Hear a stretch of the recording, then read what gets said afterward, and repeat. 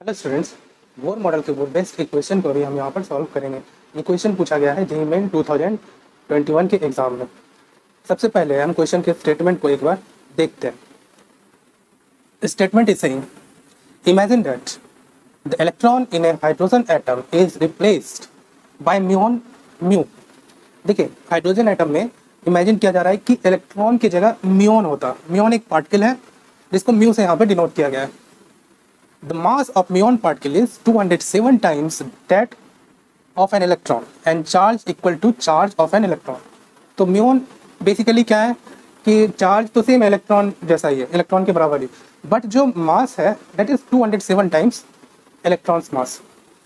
Electron के मास के 207 times ज़्यादा मास है म्यून पार्टिकल का।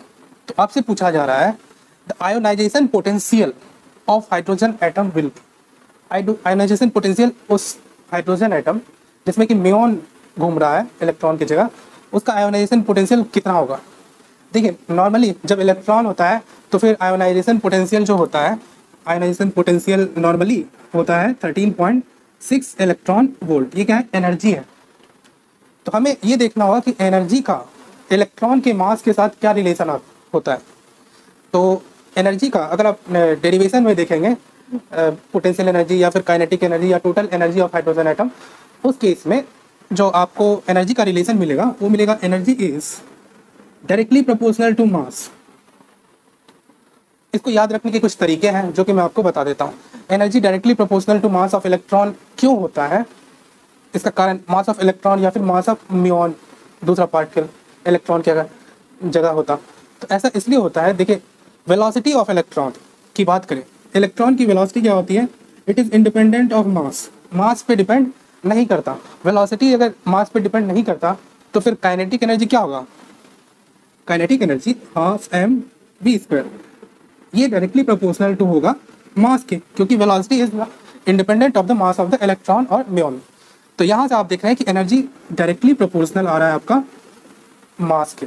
एक और तरीका है समझने का कि एनर्जी मास के प्रोपोर्शनल कैसे आ सकता है।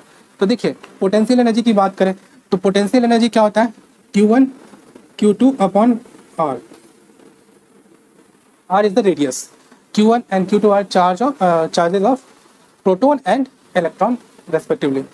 तो ये हो गया पोटेंशियल एनर्जी। तो पोटेंशियल एनर्जी आप देखते हैं कि it is inversely proportional to R।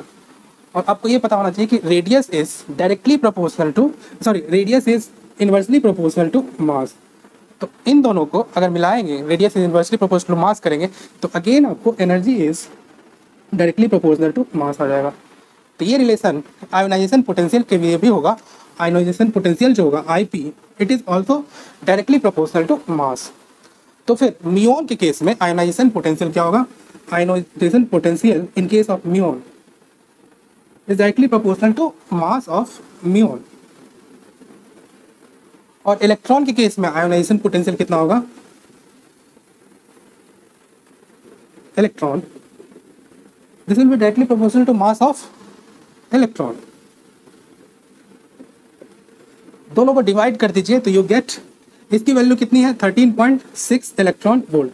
तो यू गेट IP, इसको बोल दीजिए IP जो आपको कैलकुलेट करना है। तो IP या फिर IP डैश बोल दीजिए, यहाँ पर IP हमने इसको लिया है। तो IP dash upon 13.6 equals to कितना होगा? Mass of muon upon mass of electron. ये कितना है? 207 टाइम्स। तो फिर IP डैश जो आपको निकालना है, ionization potential in case of muon will be equals to 207 times 13.6 electron volt.